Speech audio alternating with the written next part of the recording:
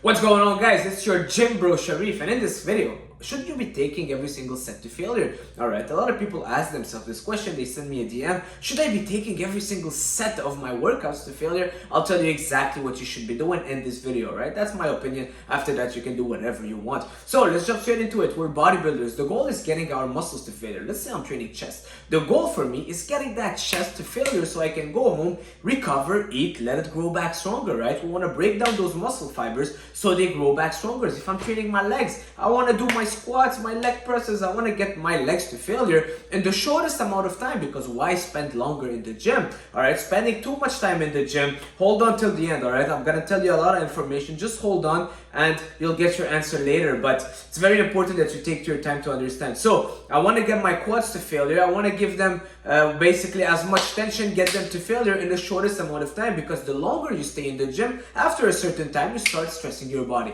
Alright, so we gotta find that sweet spot where we're not overstressing our body, overtraining, but we're still giving our muscle enough tension, enough volume, enough training intensity, stimulus to get it to failure. Alright, so once you found that sweet spot, you're like, well, might as well just do it as fast as possible and just getting every single set to failure so my muscles can get to failure. Well, hold on a second, not so fast, and I'll tell you exactly why. Because there are three types of exercises. There are the compound lifts, your squats, your bench press, your deadlifts, your overhead press. You have your, I don't know what they call them, but it's basically half of a compound and an isolation, basically exercises where you're moving two joints at the same time. Lat pull down, leg presses, what else? Seated cable row, exercises like that. And then you have the isolations, which is just one joint moving, where you'll have your biceps curl, your leg extension, your hamstring curls, your triceps push down, alright? So I want you to start categorizing the exercises in between those three groups, alright? The compounds, the two joints moving exercises, and the isolations. So there are exercises such as the compounds where if you're pushing to failure, you're overstressing your nervous system. Because when I'm doing a squat, all my central nervous system is mobilized for this exercise. I'm squatting, but it's not only my quads, my core, my lower back, my hips, all right, my glutes, my central nervous system, which basically commands my body, is mobilized for this exercise. It's engaged 100%. I cannot think about anything else. Today I was squatting 300 pounds. I could not think about anything else, even if the hottest girl would pass next to me. I can't think about it. I'm focused. Alright, so this requires a lot of nerves to fire up. And when this happens, basically, to put it in short, it's draining for your body. It takes a lot of energy for your body. Alright, so you can't be doing too much of that, because if you do too much of that, then your cortisol level will spike up, your body gets so stressed, and your body's like, are we in a war? Are we fighting a jungle? And then right away, your body goes into fight or flight mode, where building muscles is not ideal anymore. Alright, so have you ever tried taking a squat, a real set of squats to failure, a real squats of deadlifts to failure? That's why we see a lot of people fainting afterwards. Yes, the blood and everything, but it's so draining, it's so demanding on your body, that taking those compound lifts to failure is not ideal, just because, not because of the muscle growth. Yes, you want to get that muscle to failure, but because what it's going to do to your central nervous system.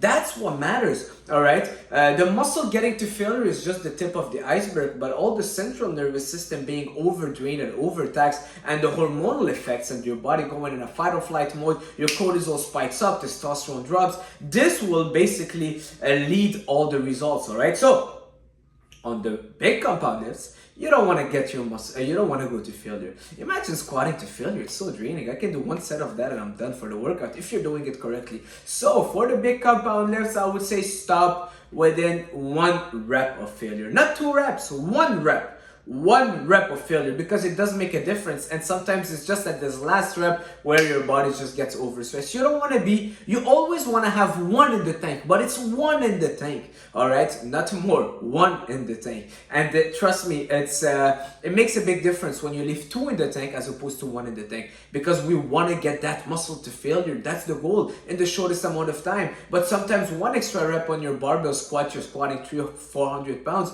well, it's just gonna overstress your central nervous system. So 1 in the tank on those compound lifts. Moving on, the lat pull downs, the leg presses, seated cable rows. What else is there like those exercises where they're kind of in between? I would say the machine chest press. The machine chest press, all right, it's not completely in isolation as opposed to a machine fly, all right? So those ones where you're moving two joints at the same time, all right, hear me out, you can take the last set to failure. So let's say you're doing 4 sets of lat pull down, where the last one take it to failure. The previous ones, 1 rep short of failure, but the last one do take it to failure.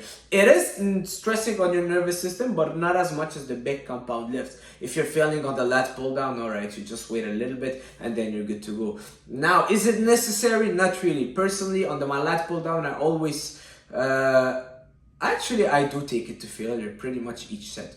Not very stressful on your nervous system, but let's say on my leg presses, which is a kind of a similar 2 joints moving exercise, I will stop once 1 rep short of failure, just because that's not where I really want to put all my energy, and it is kind of draining on your nervous system. So stop 1 rep short of failure, and then just the last set, you can take it to failure. It is stressful on your nervous system, not too much. Moving on, the isolation exercises. The triceps push down, the biceps curl, the leg extension, just 1 joint moving. The flies, just 1 joint moving, all right? It's not stressful on your nervous system. How many guys are doing leg extension and they're texting at the same time? Just because it's not stressful, your nervous system is not all mobilized for it, and you're able to basically just allow it, give it a little bit of energy to complete the exercise. So these ones, take them to failure every single set. Those exercises, I do take them to failure every single set. My triceps push down, I'll go to failure every single set. Because when you can't do anymore, it's not a big deal. You just let the rope come back up, and that's pretty much it. You don't even feel like you were so drained or anything. You just wait a couple seconds and you're ready to go again. All right, so those sets, the lateral raise, I'll go to failure until I can't do anymore. I'll even do a lot of drop sets. All right, but I would never do a drop set for my squat, because it's so draining on your nervous system that one enough set, good enough set where you're pushing and you're lifting well and you're stopping 1 rep short of failure is more than enough to stimulate the muscles you're targeting. All right, so also the drop sets, getting your sets to failure, it goes with it. So for the isolation, you can take them each set, get them to failure. There's no problem with that, and you'll actually, that's how they should be trained. I really believe that your biceps, if you stop short of failure, you're not gonna see a lot of results, because it's a smaller muscles. It can take less volume, it handles less volume, so hitting it a few sets but getting them to failure is all you need.